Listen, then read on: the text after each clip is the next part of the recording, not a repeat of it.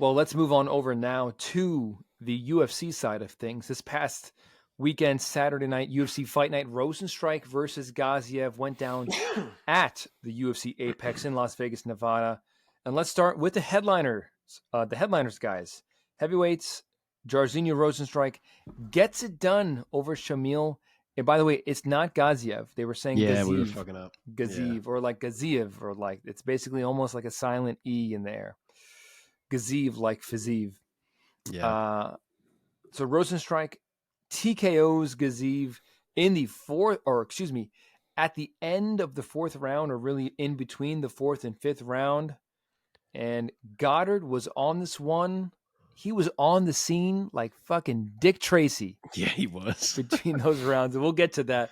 Mark, I'll let you start this one off. Give us your take of Rozenstruik getting it done by TKO. Rozenstruik, good at jab. Gaziev, bad at defend jab. Breakdown over. Thank you, Mark. I mean, really, like this wasn't great for Gaziev, man. It really wasn't. It's not how you want to showcase yourself when the UFC goes ahead and gives you a main event slot, only one fight in. He didn't look good. And I don't want to overly hate on the guy, but like the visual here reminded me of one of those movies where you see like the smaller skilled fighter and he's fighting the giant dude who like doesn't know how to talk and he just smashes things and like he gets beat by the time it's over. Like it's kind of what this looked like. Gaziev was huge and he's like this intimidating presence walking at you, but he kind of just looked like a brute in there against a guy who was a high level kickboxer in Rozenstruik. And once Rozenstruik stuffed a couple takedowns, which is a nice new wrinkle in his game, by the way, so good for him. Apparently he's been working with King Mo, so that's nice to see. But once that happened, Gaziev just kind of gassed. And by round 3, it already didn't look like he had much left by the start of round 3. And he was just getting his face jabbed off. Like the guy's hands are never up. He leans his head forward, begging for it to be jabbed. Like he puts it out there, like, please jab me. And Rozenstruik was like, cool, that works for me. I'll do exactly that. And that's pretty much what the entire fight broke down to. A couple stuffed takedowns, bad cardio for Gaziev, and horrible job defending the jab. So a nice performance for Rozenstruik in a main event spotlight and a rough performance for Gaziev. Omar, your thoughts of the power jab by the heavyweight kickboxer in Rozenstruik? Yeah, power jab might be a little bit of an overstatement. It was an effective jab. It was a consistent jab. Apparently Mohamed Lawal was the one, King Mo, for those of you unaware, was the one who kept encouraging Rozenstruik to just stick that jab out there and just keep working that jab, which if you've ever seen King Mo fight, it's pretty accurate. It's pretty accurate. Mm-hmm. I think the thing that I enjoyed the most about this fight, because to be honest, early on was pretty heavyweighty, sloppy, the things that I generally don't tend to like about heavyweight fights. But once we got into like the good chunk of like that third round, that was really where Rozenstruik really started to turn it up, had beautiful combinations, kicks to the leg, punches to the body. And Gaziev at that point was pretty messed up. Cardio obviously had failed him, beginning of the second round? I mean, he had one solid round in him, and then he was pretty much done. Credit to him, though, for pushing through, because when you're that tired, just being there is not where you want to be. I think he proved that at the end of the fourth round. But it was a great performance from Rozenstruik, more than anything. I don't want to take anything away from Rozenstruik by what ended up happening at the end of this fight, but Rozenstruik, I thought, fought a great fight, stuffed some good takedowns in that fight, really showed a good acumen when it came to the clinch. And to be honest, I thought it was the best Rozenstruik we've seen in a long time. The KOs and things like that, catching people and knocking people on their asses, that's all well and good, but these are the fights that you really get to learn about what these dudes are made out of, and I thought Rozenstruik made a great accounting of himself. Okay, so let's talk about this finish. Like I said before, referee Mark Goddard, Detective Mark Goddard, I should say, was hot on the case after that fourth round.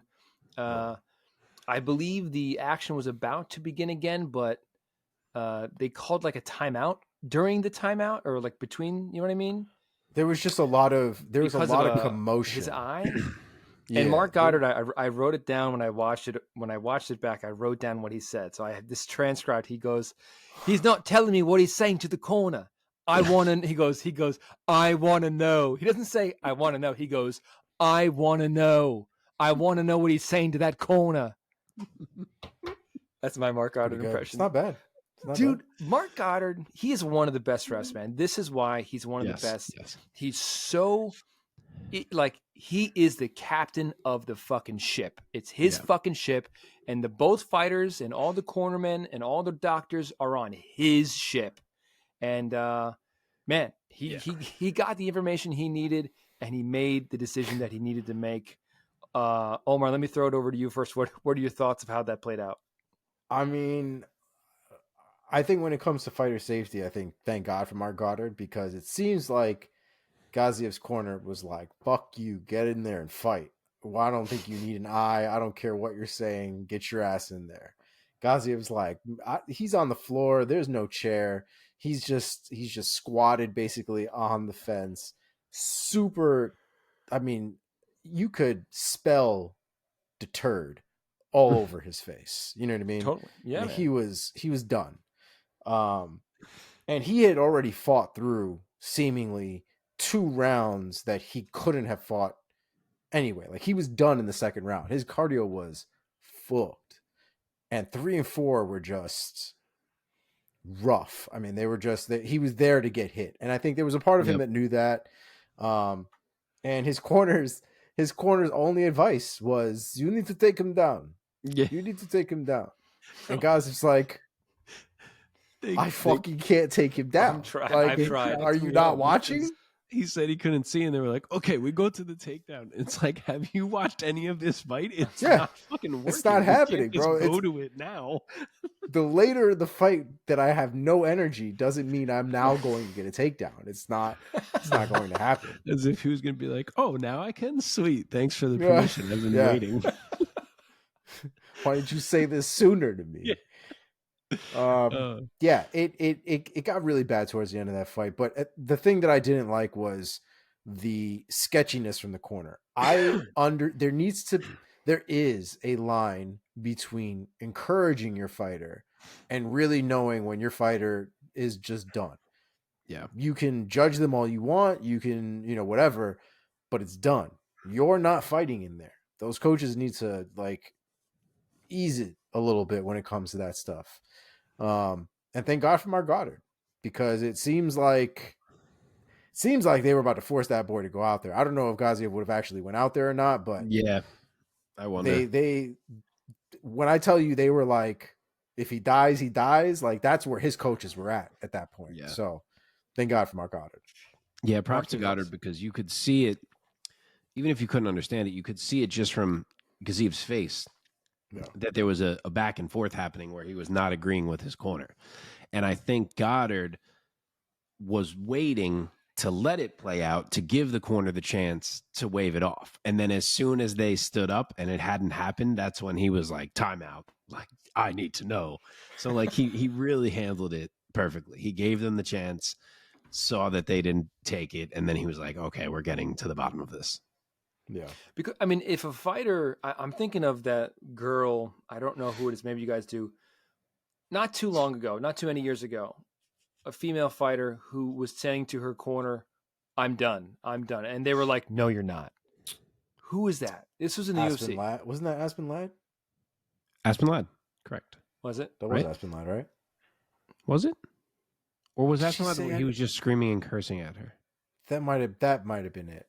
It might not have been her wanting to quit. It just might have been very aggressive, get your ass out there kind of thing. And I don't remember, in that fight, did that fighter continue? She did go back out and I finish don't the remember. Fight? Okay. No idea. Anyway, the point I'm getting to is really is an open question of, if the referee overhears that conversation between the fighter and coach, the fact that the fighter utters that phrase, like, I'm done, I'm not, like, the ref is obligated to stop the fight? Because that seems to be like what Goddard sniffed out with Gaziev. Well, I think Yeah. where they ended up was it was already sketchy because the corner was trying to seemingly hide stuff from Goddard. So that was already a red flag for Goddard. But it really, I think, came down to the fact that Gaziev said he couldn't see. That was really what it was. Once he finally got told from the corner that he's saying, I can't see, he went over to the doctor, kind of evaluated it with the doctor, and then he waved it off. And I think a lot of it had to do with the fact that there was time being taken up. This wasn't like an official timeout. They really shouldn't have taken any of the time that they did in the first place to do any of that shit. He didn't answer the call to the bell. And that was the reality. And I think it finally got to Mark Goddard that there wasn't a legitimate reason why all of this was going on. And he just didn't answer the bell. And that was the end of the fight. Well, all right. Let's talk about where these guys go from here. We have a few more fights to get through. So let's try to get back on track here. I mostly blame myself.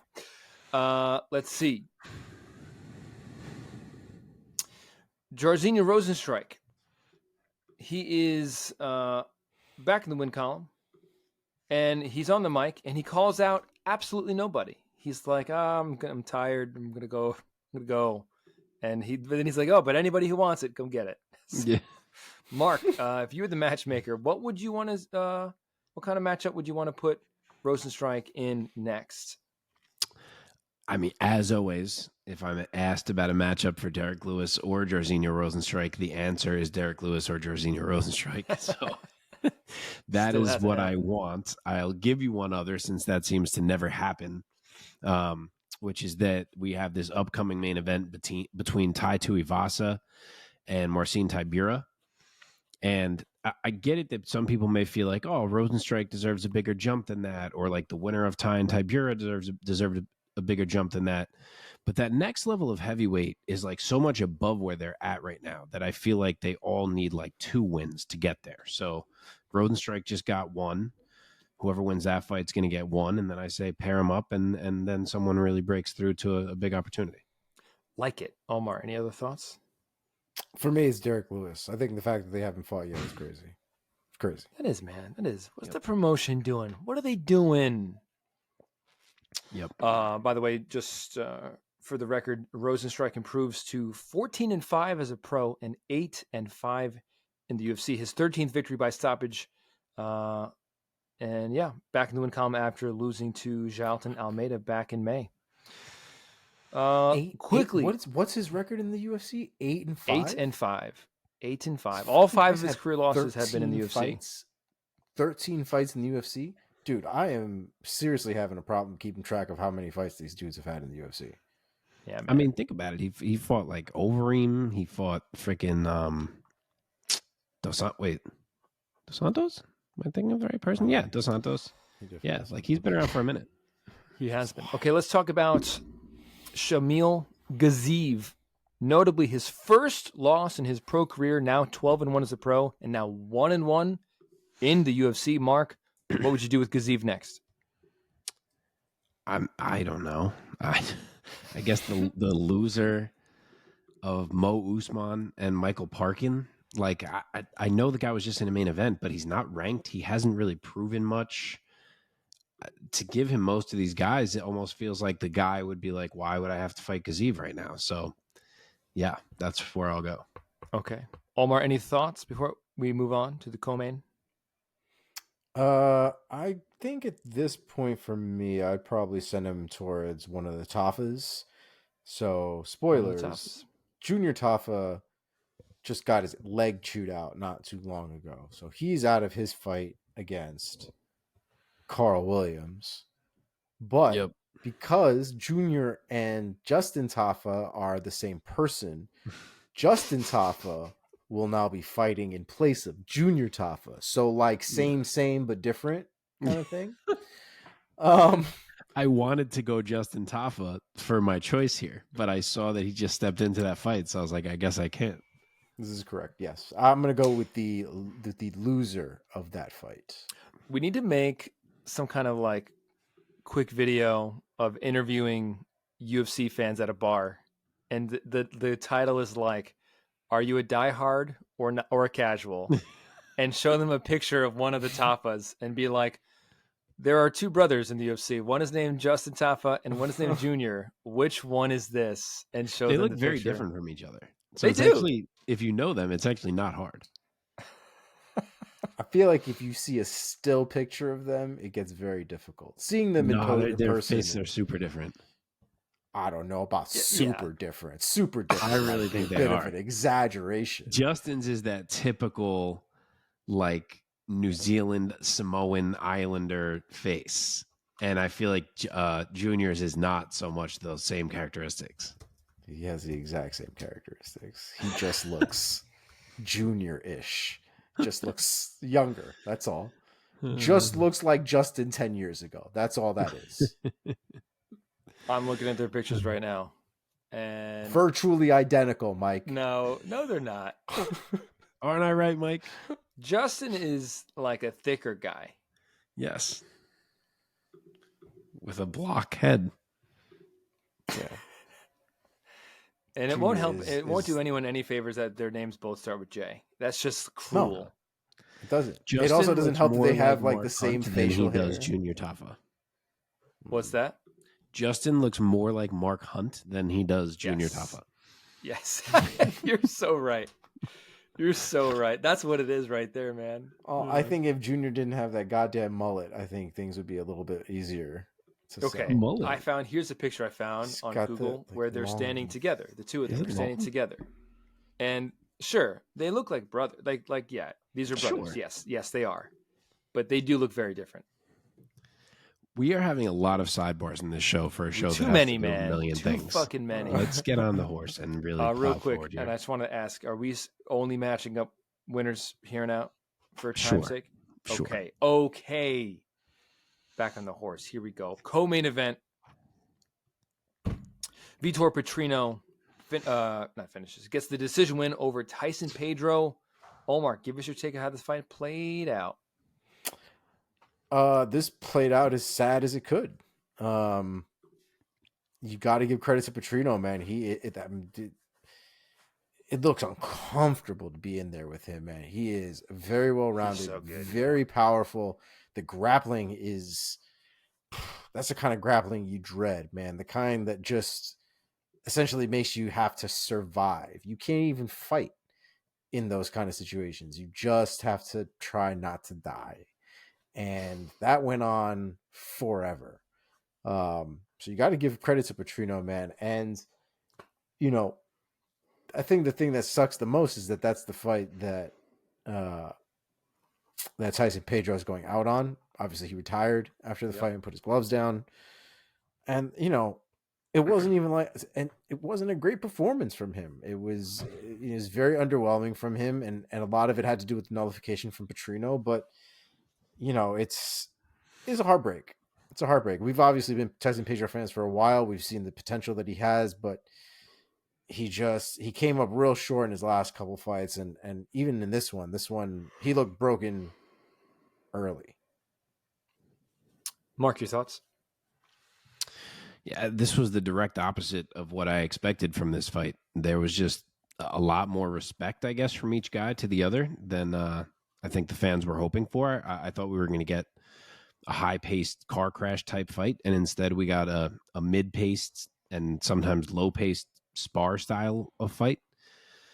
So that was a bit disappointing with two guys who are such high-level finishers. But it was still a nice step forward for Petrino. He was in there with a guy in Tyson Pedro who's beaten guys like Khalil Roundtree and Paul Craig and others, and he managed him well all fight. He stayed safe. He worked his jab. He ripped the legs. Of course, he worked in the grappling late.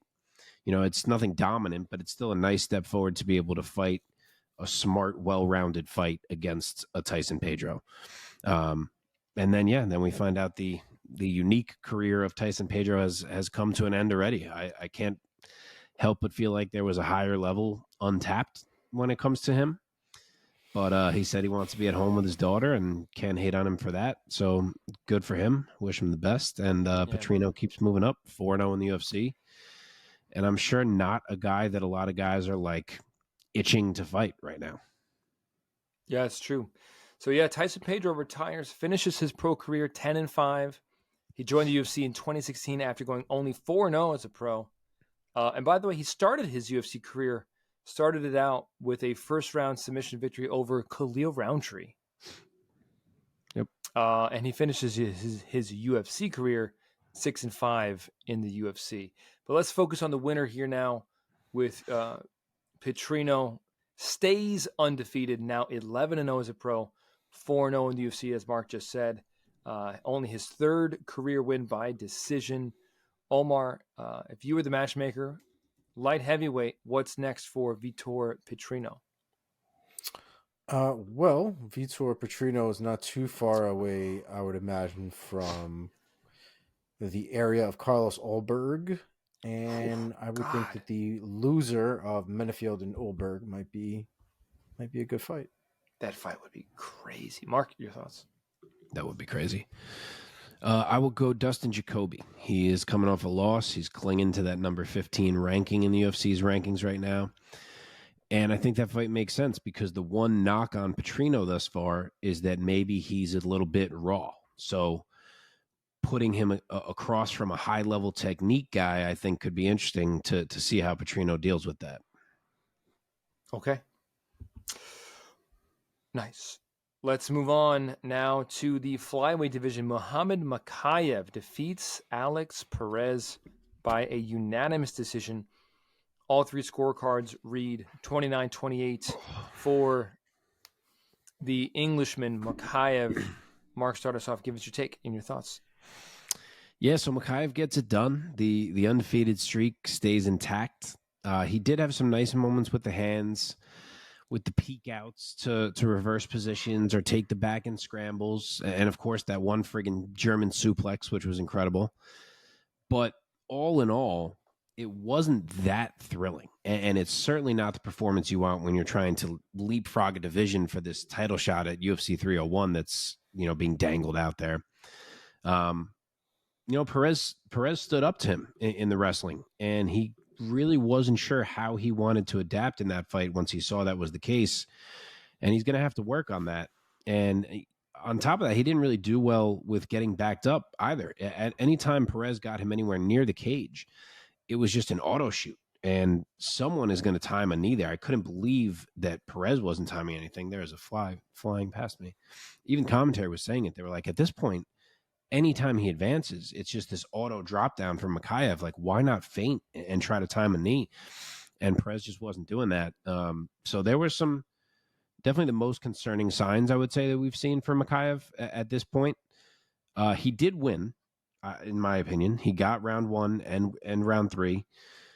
Yes, Perez was on point with the takedown D, but aside from the second round, he was never really scoring. And you don't score points for defense. So I did think Mokaev got it done. Obviously, there's still a ton of room to grow with how young he is. He'll get a lot better still, I'm sure, but he does need to button some things up before he's standing across a guy like a Pantoja in there. And as for Perez, he came ready to deal with the wrestling. He was really impressive defensively there, but it seemed like he just got so focused on that he forgot about his own offense. So I'm sure that's a frustrating one for him. I bet he looks back and rewatches that fight and feels like he could have done more and probably taken that one. Like, the window was wide open. But Mokaev did enough, and the O is still intact.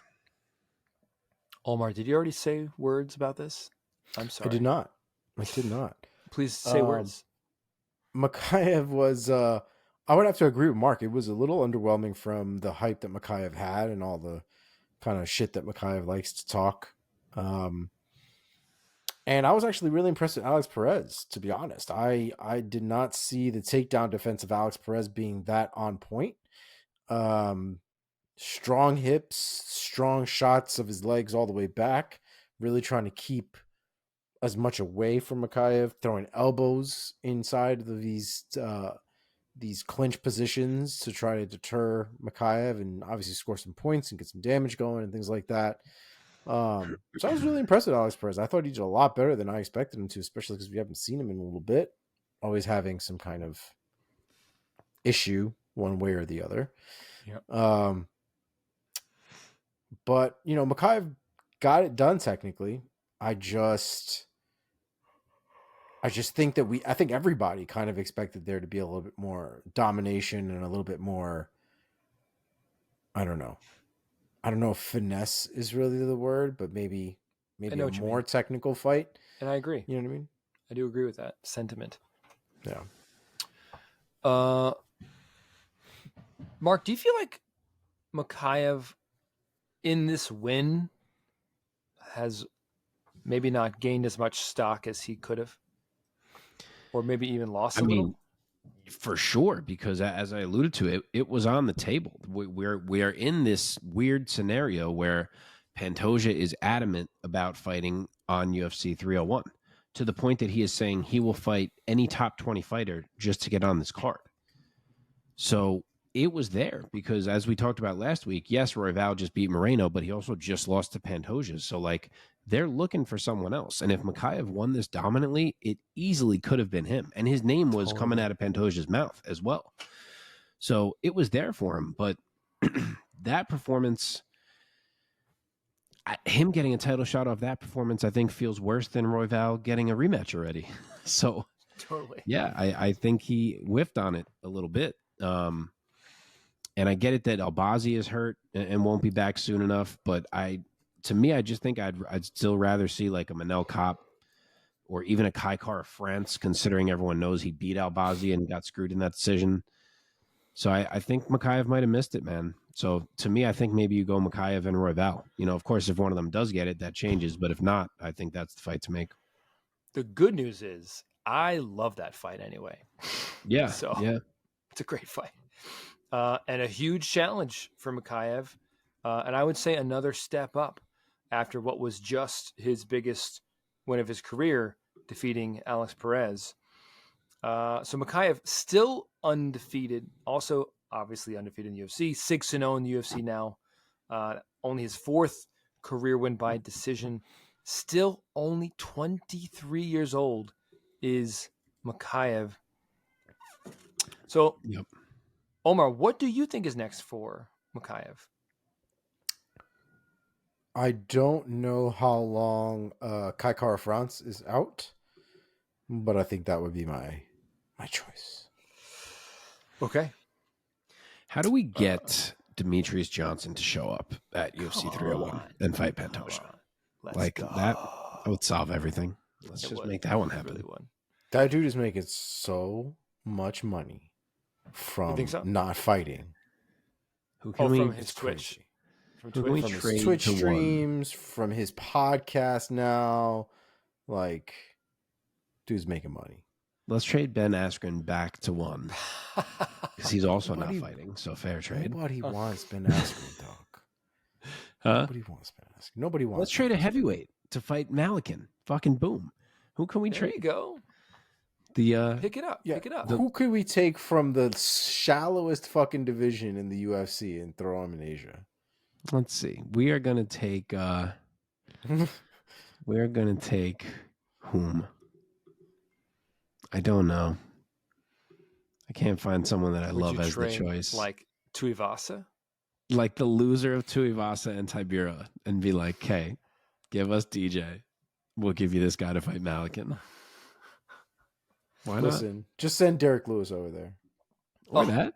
Could do that. Just send Derek Lewis over he'd be there. a Let's get it massive done. He'd Just be the quick new note. Rampage over there. Tough times for, I know we're not matching up Perez for this, but just tough times for Perez, third consecutive loss. Nothing to hang his head low about. Lost to Mokaev this past weekend, lost to Pantoja back in July of 2022, and lost to Figgy back in November of 2020. So not the most active, and unfortunately, 3 consecutive losses now for Perez. Let's move on. Excuse me. Moving on. Bantamweights Umar Nurmagomedov does the work, gets it done over Almakhan. Unanimous decision. Pretty dominant. The scorecards read 30-26, 30-26, and 30-25, all for Nurmagomedov. Mark, start us off. Give us your take. Holy shit, Almakhan almost set off some fireworks in the beginning of that fight, huh? I mean, he dropped Umar clean out the gate, man. but Umar just went into survival mode, and that wrestling that is true second nature for these guys just clicked in, and next thing you know, he's up on a takedown, he's pushing, and he's finishing the single leg to get Almakhan to the ground. So he took a bit of time to clear himself after the shot, but then he just went to work, and he's too damn good because Almakhan, as we know, is a pretty big deal prospect, and there was just nothing he could do to Umar in the grappling. It was dominant in terms of the control, and he decided from that point forward that there was no reason for him to really play around on the feet again. And we got 2 more rounds that were kind of carbon copies of what we saw for the last 4 minutes of the first round. And Umar is a fantastic wrestler and grappler, as we know, and it's going to be a problem for anyone. His shot is just so damn quick. And you combine that with his ability to finish takedowns from seemingly any angle, and it's just a lot to deal with. But what he has going for him, maybe getting clipped was a good thing, because maybe someone will actually see him looking vulnerable for a minute and be like, sure, I'll fight that guy. Because right now, no one has been willing to fight him, and that's how we ended up here. But we'll see. It's going to be a tough ask because he is on an elite level with his grappling for sure. Yeah, man. Omar, your thoughts? Hang on, I lost my spot here. Son of a bitch. Sorry. 1 second. I thought Umar looked great as usual. I think the thing that always gets me about Umar is his takedowns and his timing. Obviously, of the Nurmagomedovs, they all kind of follow that same pattern, that same style, and it still works for them, man. Like all different weight classes so far, it seems to be a really effective way of doing things. And the thing that's super impressive about those kind of performances is that it doesn't really allow people to breathe too much. I think where I got really impressed with Almakhan was his ability to get back up. We haven't seen too many dudes get back up once they're on the ground from Umar Nurmagomedov. And granted, as the fight continued to go on, it did become more apparent that he couldn't consistently get up every time he got taken down, but he got up quite a bit. And he was definitely in there to scrap. He definitely was making a showing of himself. The right hand that landed, you could hear the thud as it landed across the head of Umar Nurmagomedov, but I'm not really sure what Umar was trying to do, because he just kind of recklessly stepped into range and changed his stance with seemingly no real plan behind what he was doing. So very odd moment. Seemed like he, in that sense, kind of asked for it, if you will. But overall, I mean, the wrestling of Nurmagomedov is what saved him. I mean, even blindfolded, that dude could take somebody down, turn the corner, end up on top, maintain top position, look for mount, and then try to work their way from there. I mean, it's super impressive, the level of wrestling that they have, because again, the autopilot they can do to themselves when they're on a bad way. I mean, that's going to make a big difference, especially as you get closer to the top. So still undefeated is Nurmagomedov. Now 17-0 as a professional. Omar, give me the name of who do you think he could go up against next? And alluding to what Mark said, now since he kind of got clipped and dropped, maybe that'll make more guys a little more willing to step up to the challenge. Yeah, I do think it's a little bit of a false narrative, if you will, if guys really start looking at it that way.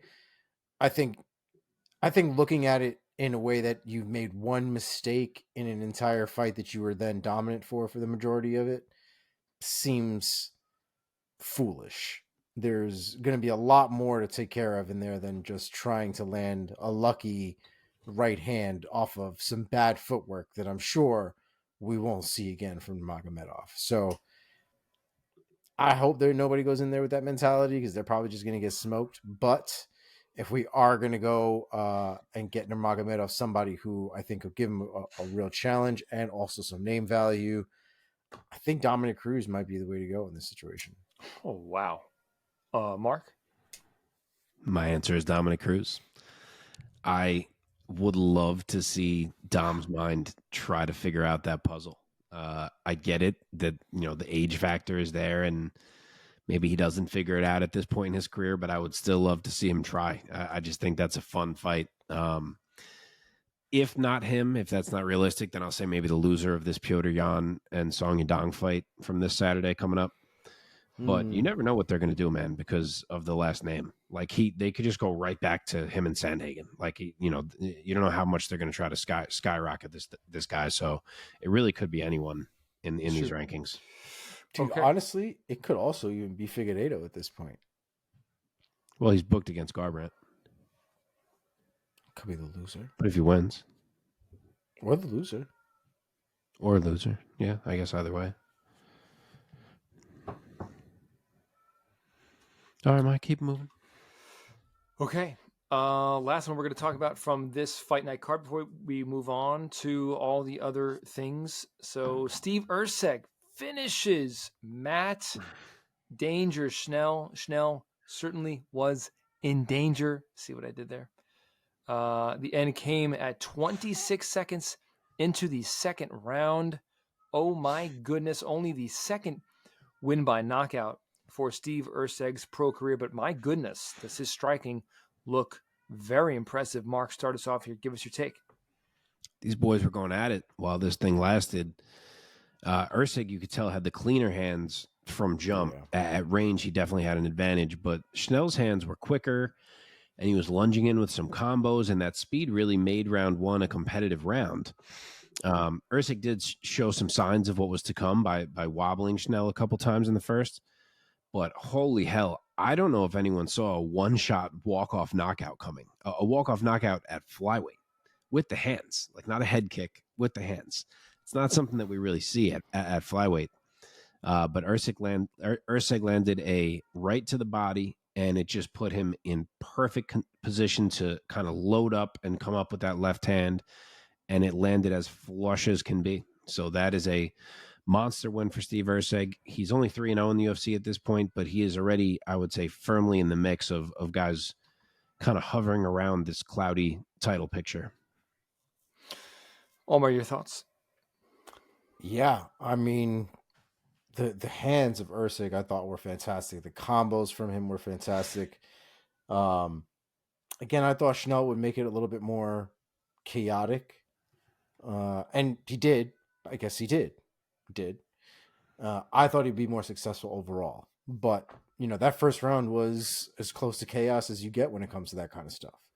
But in the end, I mean, touch the chin in the right spot, might as well be a light switch, man. It was wild.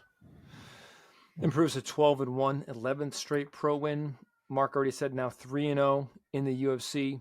This is his first finish in the UFC and his first win as an engaged man. On the microphone, Mark, he calls out Brandon Moreno, citing the reason being that Moreno is sitting on back-to-back losses. What are your thoughts?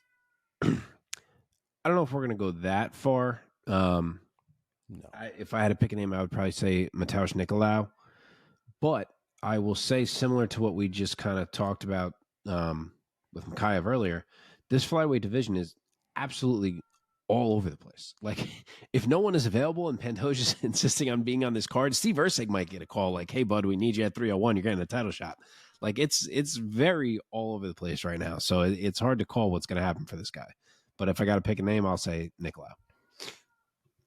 Omar? I'm actually going to go with the Alex Perez route. I liked what I saw from Alex Perez in this fight. I think that I think there might be something to giving him somebody who will stand and bang with him for a little while, and it might just give him a little bit of a better win or loss, a better accounting. He doesn't have to spend all fight just trying to stay on his feet.